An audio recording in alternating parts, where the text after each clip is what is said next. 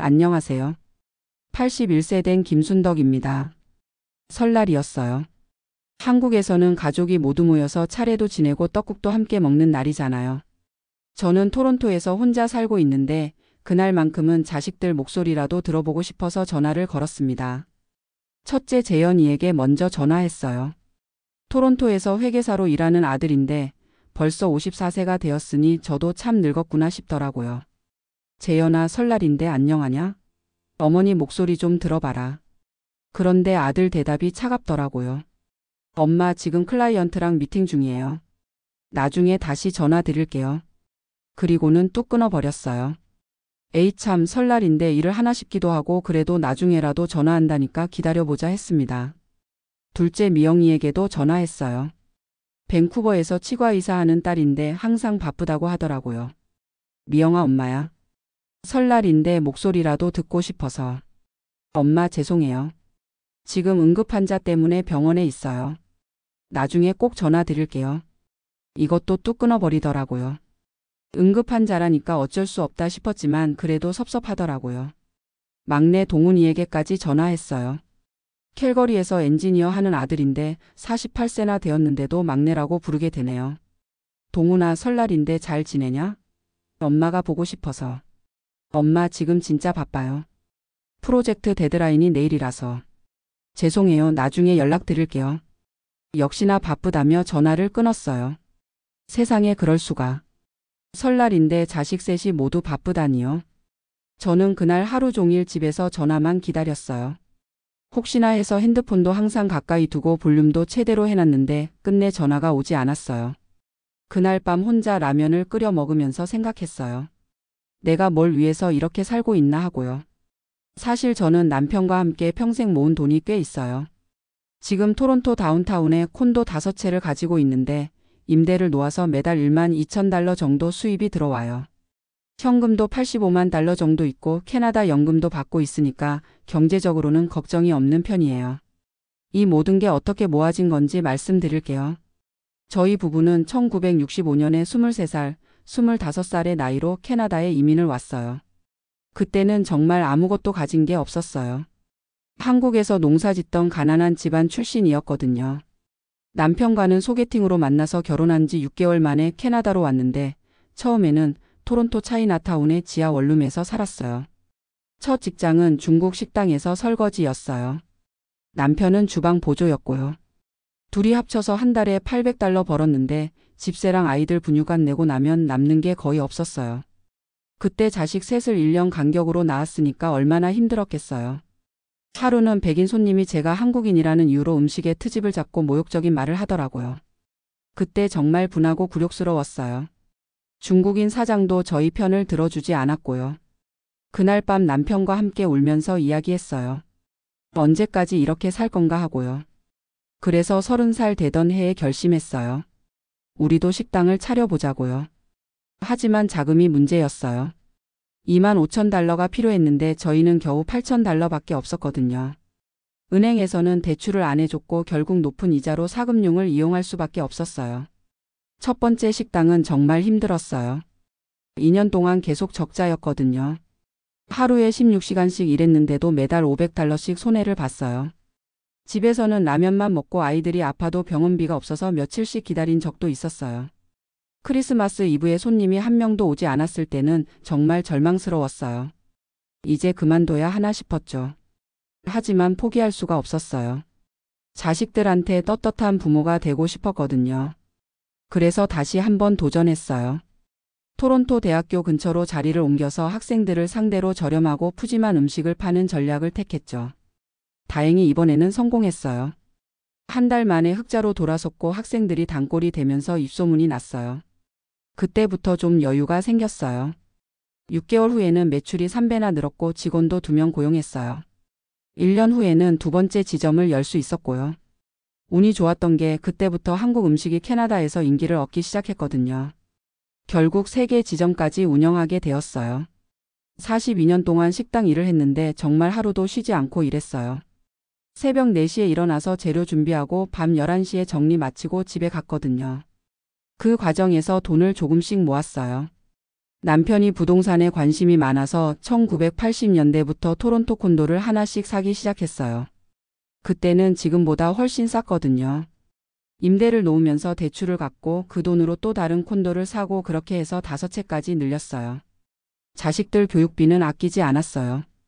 재현이는 토론토 대학교에서 회계학을 공부해서 공인회계사가 되었고 지금은 연봉이 12만 달러예요. 미영이는 치의학과를 나와서 치과의사가 되었는데 연봉이 18만 달러라고 하더라고요. 동훈이도 공가대학을 나와서 엔지니어가 되었고 연봉이 9만 5천 달러예요.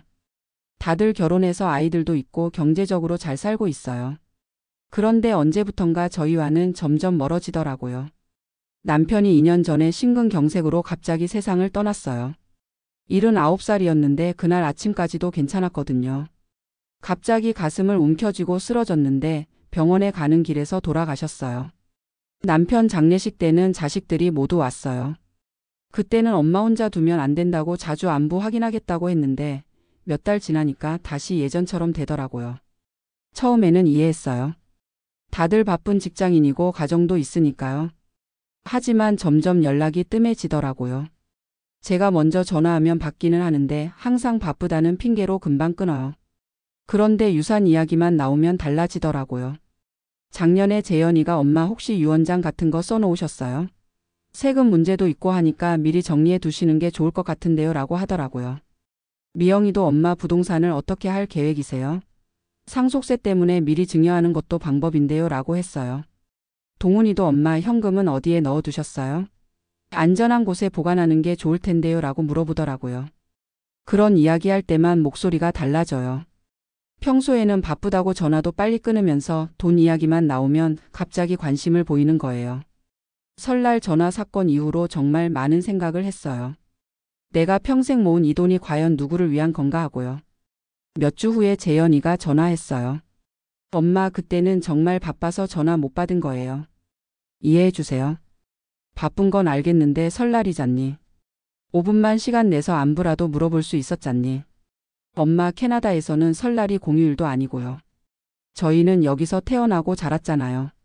그 말을 듣고 마음이 더 아팠어요. 한국 명절을 지키는 게 구식이라는 뜻인가 싶어서요. 미영이한테도 따져봤어요.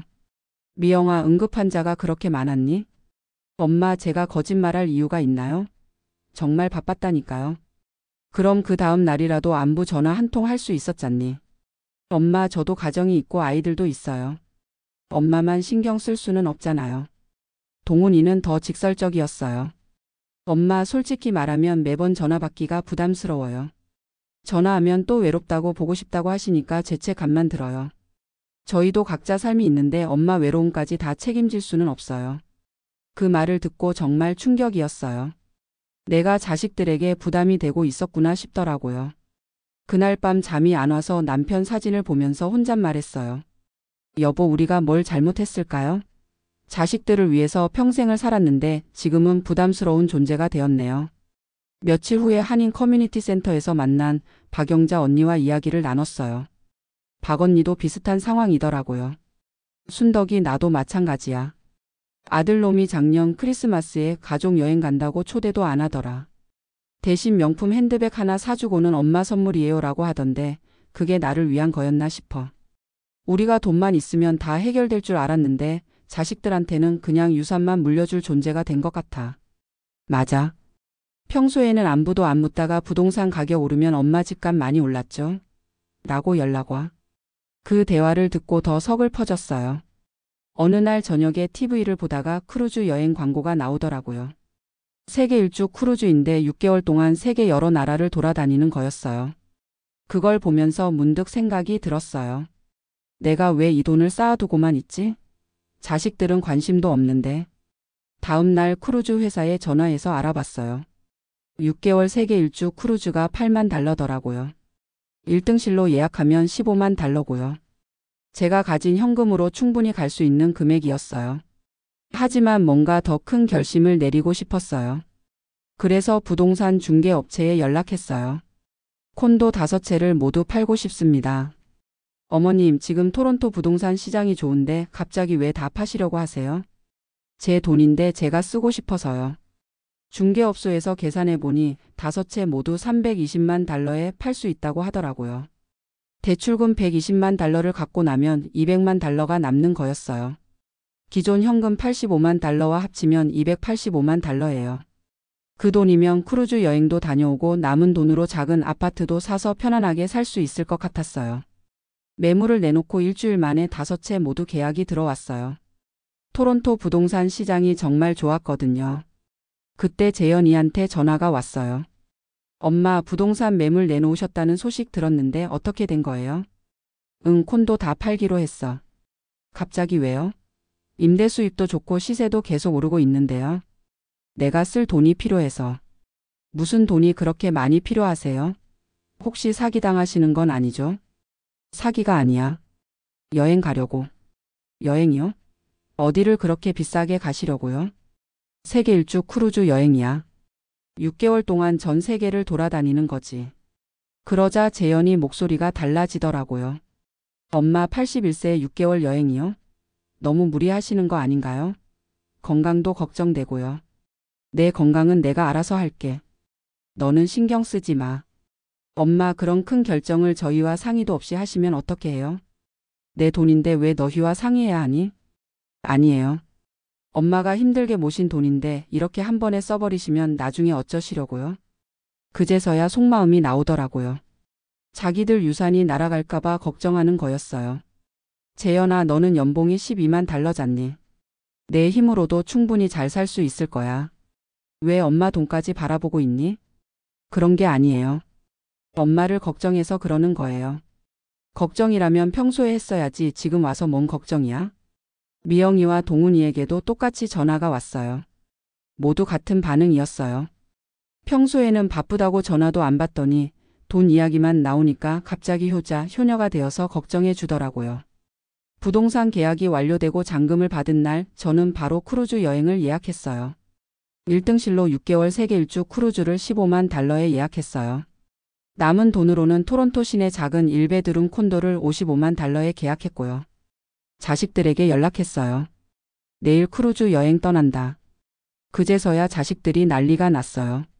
재현이가 급하게 토론토로 달려왔고 미영이는 밴쿠버에서 비행기 타고 왔어요. 동훈이도 캘거리에서 차로 달려왔고요. 엄마, 이건 너무 성급한 결정이에요. 다시 생각해 보세요. 뭘 다시 생각해? 이미 다 결정했어. 그럼 여행은 나중에 가시더라도 부동산은 다시 사셔야죠. 왜? 내가 살 집은 이미 샀는데. 엄마, 저희한테 남겨주실 유산은 생각 안 하세요? 드디어 본심이 나오더라고요. 유산? 너희가 유산을 받을 자격이 있다고 생각하니? 엄마, 그게 무슨 말씀이세요? 설날에 안부 전화 한 통 받기 싫어하는 자식들이 무슨 자격으로 유산을 바라봐? 엄마, 저희도 나름대로 바쁘게 살고 있어요. 바빠? 너희가 진짜 바쁜 건지 아니면 엄마가 귀찮은 건지 솔직히 말해봐. 미영이가 울먹이더라고요. 엄마, 저희가 잘못했어요. 앞으로는 더 자주 연락드릴게요. 지금 와서 그런 말 해봤자 소용없어. 진심이 아니잖아. 동훈이가 화를 내더라고요. 엄마, 그럼 저희 보고 어떻게 하라는 거예요? 매일 전화하고 매주 찾아뵙고 그래야 해요? 그런 게 아니야. 진심으로 안부를 묻고 진심으로 관심을 가져달라는 거지.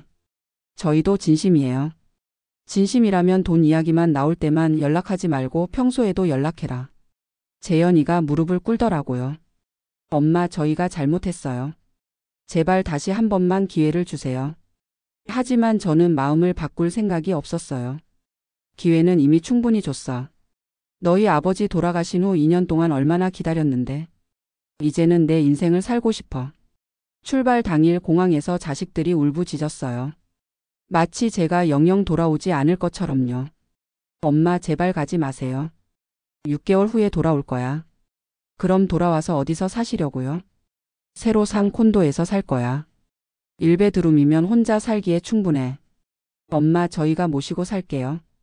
됐어. 너희는 너희 가족이나 잘 챙겨. 미영이가 마지막으로 매달렸어요. 엄마, 정말 돌아오실 거죠? 외국에서 무슨 일 생기면 어떡해요? 걱정 마. 크루즈에는 의사도 있고 간호사도 있어. 너희가 돌봐주는 것보다 더 잘 돌봐줄 거야. 그렇게 크루즈에 올라탔어요. 처음에는 마음이 좀 무거웠어요. 자식들을 너무 심하게 대한 게 아닌가 싶어서요. 하지만 크루즈가 출항하고 나니까 마음이 시원해지더라고요. 정말 오랜만에 속이 뻥 뚫린 기분이었어요. 크루즈에는 저와 비슷한 나이의 사람들이 많았어요. 대부분 은퇴 후에 부부가 함께 왔는데 저처럼 혼자 온 사람도 꽤 있더라고요. 첫 번째로 들른 곳이 하와이였어요. 와이키키 해변에서 석양을 보는데 정말 아름다웠어요. 남편과 함께 봤으면 더 좋았을 텐데 하는 생각이 들면서도 혼자서도 충분히 행복하다는 걸 느꼈어요. 일본에도 들렀어요. 오사카에서 내려서 하루 관광을 했는데 일본 음식이 입에 맞더라고요. 특히 라멘이 맛있었어요. 한국 라면과는 또 다른 맛이었거든요. 필리핀, 싱가포르, 태국도 들렀어요. 각 나라마다 문화가 다르고 음식도 달라서 정말 신기했어요. 태국에서는 코끼리도 봤고 싱가포르에서는 머라이언 동상도 봤어요. 인도양을 건너서 인도 아랍에미리트도 갔어요. 두바이에서 본 부르즈 할리파는 정말 높더라고요. 사막에서 낙타도 타봤고요. 지중해에서는 그리스, 이탈리아, 스페인을 돌았어요. 로마에서 콜로세움을 보고 파리에서 에펠탑도 봤어요. 예전에는 TV에서만 봤던 곳들을 직접 가보니까 꿈만 같더라고요. 대서양을 건너서 뉴욕에도 들렀어요. 자유의 여신상을 보면서 40년 전 처음 캐나다에 왔을 때가 생각났어요. 그때는 정말 힘들었는데 지금은 이렇게 여유롭게 여행을 할 수 있게 되었구나 싶어서 감회가 새로웠어요. 카리브해의 여러 섬들도 돌았어요. 바하마, 바베이도스, 자메이카. 모두 낙원 같은 곳들이었어요. 특히 바베이도스에서 스노클링을 했는데 81세에 스노클링을 할 줄은 꿈에도 몰랐어요. 크루즈에서 만난 사람들과도 친해졌어요. 캐나다에서 온 윌슨 부부, 독일에서 온 한스 할아버지, 호주에서 온 메리 할머니. 모두 저와 비슷한 처지였어요. 윌슨 할머니는 저에게 이렇게 말하더라고요. 순덕, 당신이 한 일이 옳아요. 자식들이 부모를 당연하게 여기면 안 되죠. 한스 할아버지도 비슷한 경험이 있다고 하더라고요. 나도 독일에서 자식들한테 무시당했어. 그래서 집을 팔고 세계 여행을 시작했지. 이제는 자식들이 먼저 연락해와. 여행을 하면서 많은 생각을 했어요. 내가 정말 자식들에게 너무했나 싶기도 하고 아니면 이렇게라도 해야 정신을 차릴까 싶기도 하고요. 크루즈에서 매일 자식들한테 문자가 왔어요. 재현이가 보낸 문자 엄마 안녕하세요. 오늘 어디 도착하셨어요? 건강하게 잘 지내고 계시죠? 미영이 문자 엄마 매일 엄마 생각해요. 여행 재미있으세요? 몸 조심하세요. 동훈이 문자 엄마 오늘도 무사히 잘 지내세요. 사진도 많이 찍으시고요. 처음에는 대답하지 않았어요. 하지만 시간이 지나면서 조금씩 대답하기 시작했어요. 잘 지내고 있어. 걱정하지 마. 오늘은 그리스에 도착했어. 날씨 좋고 경치도 아름다워. 엄마는 건강해. 너희들도 몸 조심해. 자식들도 점점 진심이 느껴지는 문자를 보내더라고요. 재현이 엄마 저희가 정말 잘못했어요. 엄마가 돌아오시면 매주 토요일마다 찾아뵐게요. 미영이 엄마 밴쿠버에서 토론토 이사 갈게요. 엄마 가까이에서 살고 싶어요. 동훈이 엄마 제가 매일 안부 전화 드릴게요. 바쁘다는 핑계 다시는 안 할게요. 그 문자들을 보면서 조금씩 마음이 누그러졌어요. 하지만 여행은 계속했어요. 약속한 6개월을 다 채우고 싶었거든요. 크루즈에서 5개월쯤 지났을 때 심각한 문자가 왔어요. 재현이 엄마 아빠 기일이 다가와요. 엄마 없이 차례 지내기가 너무 힘들어요. 그제서야 정신이 번쩍 들었어요. 남편 기일을 깜빡했던 거예요. 그동안 여행에 정신이 팔려서 시간 가는 줄을 몰랐거든요. 급하게 항공편을 알아봤어요. 다행히 다음 기항지인 브라질에서 비행기를 타면 남편 기일 하루 전에 토론토에 도착할 수 있었어요. 공항에 내리니까 자식들이 모두 나와 있더라고요. 6개월 전과는 완전히 다른 모습이었어요. 예전에는 돈 때문에 온 것 같았는데 이번에는 정말 저를 보고 싶어서 온 것 같았어요. 재현이가 달려와서 저를 꼭 안더라고요. 엄마 정말 보고 싶었어요. 미영이도 울면서 안겼어요. 엄마 6개월이 6년 같았어요. 동훈이도 눈물을 글썽이면서 제 손을 꼭 잡더라고요. 엄마 다시는 이렇게 떠나시면 안 돼요. 그날 저녁 남편 제사를 함께 지냈어요. 오랜만에 온 가족이 모인 거였어요. 제사상을 차리면서 자식들이 하나하나 신경 써주는 게 예전과 달랐어요. 엄마 아빠가 좋아하신 북어국 제가 끓일게요. 엄마 과일은 제가 준비할게요. 엄마 앉아 계세요. 저희가 다 할게요. 제사를 지내고 나서 다 같이 앉아서 이야기했어요. 재현이가 먼저 말을 꺼냈어요. 엄마 저희가 정말 잘못했어요. 엄마가 떠나시고 나서야 깨달았어요. 저희가 얼마나 엄마를 당연하게 여겼는지요. 처음에는 화가 났어요. 엄마가 우리한테 너무하신다고 생각했거든요. 하지만 시간이 지나면서 생각해 보니까 저희가 먼저 엄마를 너무하게 대했더라고요. 미영이도 울먹이면서 말했어요. 엄마 설날에 전화 받지 않은 거 정말 죄송해요. 사실 응급환자는 핑계였어요. 그냥 귀찮아서 그랬는데 나중에 생각해 보니까 너무 나쁜 딸이었어요. 엄마가 외롭다고 하실 때마다 부담스럽다고 생각했는데 정작 엄마가 안 계시니까 저희가 더 외로웠어요. 동훈이도 진심으로 사과했어요. 엄마 제가 제일 나빴어요. 엄마를 부담스럽다고 말한 것도 그렇고 평소에 안부도 제대로 안 물어본 것도 그렇고요. 엄마 없는 6개월 동안 정말 많이 반성했어요. 저희가 얼마나 이기적이었는지 엄마 마음을 얼마나 아프게 했는지요. 그 이야기를 들으면서 저도 울었어요. 사실 여행 중에도 자식들이 그리웠거든요. 아무리 화가 나도 자식은 자식이니까요. 너희들이 그렇게 생각해줘서 고마워. 엄마도 너무 심하게 했나 싶어서 미안했어. 아니에요, 엄마. 엄마가 그렇게라도 안 하셨으면 저희는 계속 그렇게 살았을 거예요. 재현이가 제안했어요. 엄마 앞으로는 매주 토요일마다 저희가 돌아가면서 찾아뵐게요. 그리고 평일에도 매일 안부 전화 드릴게요. 미영이도 말했어요. 엄마 저도 밴쿠버에서 토론토로 이사와서 엄마 가까이에서 살고 싶어요. 밴쿠버 치과를 정리하고 토론토에서 새로 개업할게요. 동훈이도 약속했어요. 엄마 저도 캘거리에서 토론토로 이직하려고 알아보고 있어요. 온 가족이 한 도시에서 살면 더 자주 만날 수 있을 것 같아요. 그 말들을 들으니까 정말 고마웠어요. 하지만 한편으로는 걱정도 되더라고요. 너희들 일 때문에 이사하면 손해 아니니? 엄마 돈보다 가족이 더 중요해요. 저희가 이번에 확실히 깨달았어요. 엄마가 6개월 동안 안 계시는 동안 정말 많이 생각했어요. 엄마를 잃으면 이 세상에서 가장 소중한 걸 잃는 거라고요. 새로 산 1베드룸 콘도에서 살기 시작했어요. 예전 큰 집에 비하면 좁지만 혼자 살기에는 충분했어요. 무엇보다 관리하기가 편했어요. 자식들이 정말 약속을 지켰어요. 매주 토요일마다 돌아가면서 찾아와서 함께 시간을 보냈어요. 평일에도 매일 전화가 와요. 예전처럼 바쁘다고 끊지 않고 15분에서 30분씩 이야기해요. 재현이는 매주 토요일 아침에 와서 함께 장을 봐요. 그리고 점심 같이 먹고 후에는 영화도 보고 산책도 해요. 미영이는 정말로 밴쿠버에서 토론토로 이사 왔어요. 치과를 정리하는데 시간이 좀 걸렸지만 6개월 후에 완전히 이주했어요. 지금은 토론토에서 새로 개업해서 잘하고 있어요. 동훈이도 토론토로 이직했어요. 연봉이 좀 줄었지만 가족이 함께 있는 게 더 좋다고 하더라고요. 이제는 일주일에 3번은 자식들을 만나요. 손자, 손녀들도 자주 보고요. 예전에는 1년에 몇 번 보던 손자, 손녀들인데 이제는 매주 봐서 정말 친해졌어요. 손자 재민이가 저에게 말하더라고요. 할머니 예전에는 할머니가 무서웠는데 이제는 재미있어요. 왜 무서워했는데? 할머니가 항상 화나 있는 것 같았거든요. 그런데 이제는 항상 웃고 계세요. 손녀 서연이도 말했어요. 할머니랑 있으면 시간이 빨리 가요. 할머니가 재미있는 이야기 많이 해주시거든요.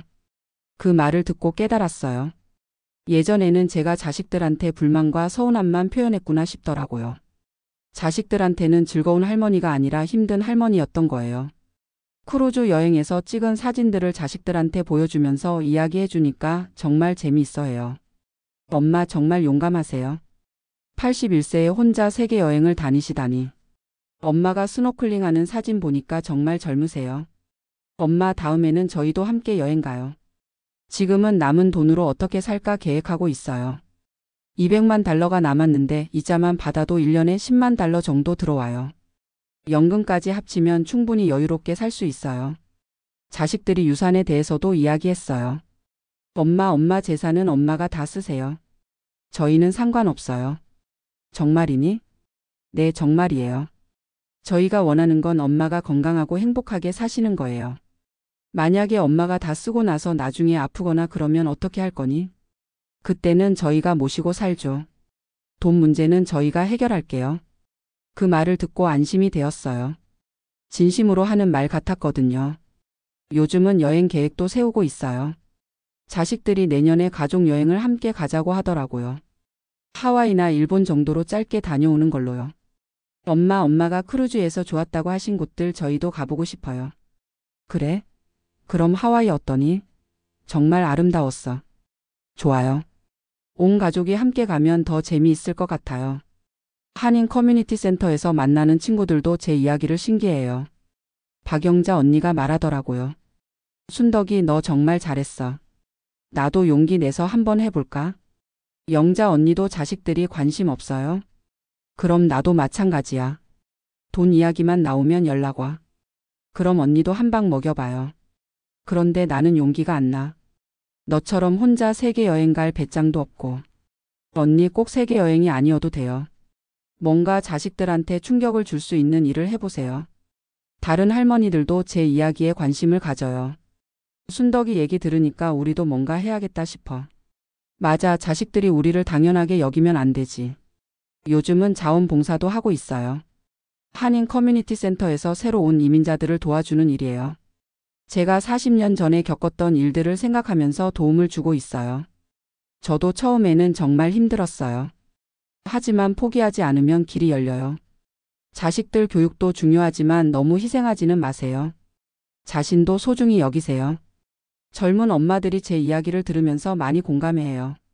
할머니 말씀이 맞아요.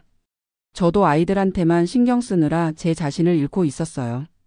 이런 활동을 하면서 보람을 느끼고 있어요. 제 경험이 다른 사람들에게 도움이 된다는 게 기뻐요. 건강 관리도 더 열심히 하고 있어요. 매일 아침 1시간씩 산책을 하고 일주일에 3번은 수영을 해요. 요가 클래스도 다니고 있고요. 자식들이 더 신경 써주기도 해요. 엄마 혈압약 제때 드셨어요? 엄마 병원 검진 언제 받으세요? 제가 같이 갈게요. 엄마 운동 너무 무리하지 마세요. 예전에는 건강 이야기만 해도 귀찮아 했는데 이제는 오히려 더 걱정해줘요. 돈 관리도 체계적으로 하고 있어요. 재현이가 회계사니까 도움을 받아서 세금 문제도 해결하고 투자도 안전하게 하고 있어요. 엄마 너무 위험한 투자는 하지 마세요. 안전한 것 위주로 해요. 알겠어. 엄마도 이제 나이가 있으니까 안전하게 할게. 요즘 들어 생각해보면 그때 크루즈 여행을 떠난 게 잘한 일인 것 같아요. 만약에 그냥 참고 살았다면 자식들과의 관계가 계속 나빠졌을 것 같거든요. 물론 처음에는 너무 극단적이었나 싶기도 했어요. 부동산을 다 팔아버린 것도 그렇고 6개월 동안 떠나버린 것도 그렇고요. 하지만 그 정도 충격이 있어야 자식들이 정신을 차리더라고요. 지금 제가 자식들한테 하고 싶은 말이 있어요. 너희들도 언젠가는 늙을 거야. 그때 너희 자식들이 너희를 어떻게 대할지 생각해봐. 부모는 당연한 존재가 아니라 소중한 존재라는 걸 기억해라. 돈도 중요하지만 진심 어린 관심과 사랑이 더 중요해. 부모가 원하는 건 비싼 선물이 아니라 따뜻한 마음이야. 바쁘다는 핑계로 부모를 소홀히 하지 마. 정말 바쁜 거와 귀찮아서 피하는 거는 달라. 비슷한 상황에 있는 다른 시니어들에게도 하고 싶은 말이 있어요. 자식들한테 무시당하고 있다면 가만히 있지 마세요. 뭔가 행동을 취하세요. 꼭 저처럼 극단적으로 할 필요는 없지만 자식들이 정신 차릴 수 있는 일을 해보세요. 자신의 인생을 포기하지 마세요. 자식들을 위해 희생하는 것도 좋지만 자신도 행복할 권리가 있어요. 유산을 남겨주는 것보다 좋은 관계를 만드는 게 더 중요해요. 돈은 언젠가 없어지지만 사랑은 영원히 남아요. 젊은 세대들에게도 하고 싶은 말이 있어요. 부모님이 살아계실 때 잘하세요. 돌아가시고 나서 후회해도 늦어요. 바쁘다는 핑계로 부모님을 소홀히 하지 마세요. 정말 5분만 시간 내면 안부 인사는 할 수 있어요. 부모님 말씀이 잔소리로 들릴 수도 있지만 그건 사랑이에요. 귀찮아하지 말고 들어주세요. 부모님이 외롭다고 하시면 진심으로 관심을 가져주세요. 부담스럽다고 피하지 말고요. 지금 저는 정말 행복해요. 자식들과의 관계도 좋아졌고 건강도 괜찮고 경제적으로도 여유가 있어요. 무엇보다 제가 원하는 대로 살고 있다는 게 기뻐요. 물론 가끔은 남편이 그리워요. 이런 행복한 순간들을 함께 나누고 싶거든요. 하지만 남편도 하늘에서 저를 보고 기뻐할 것 같아요.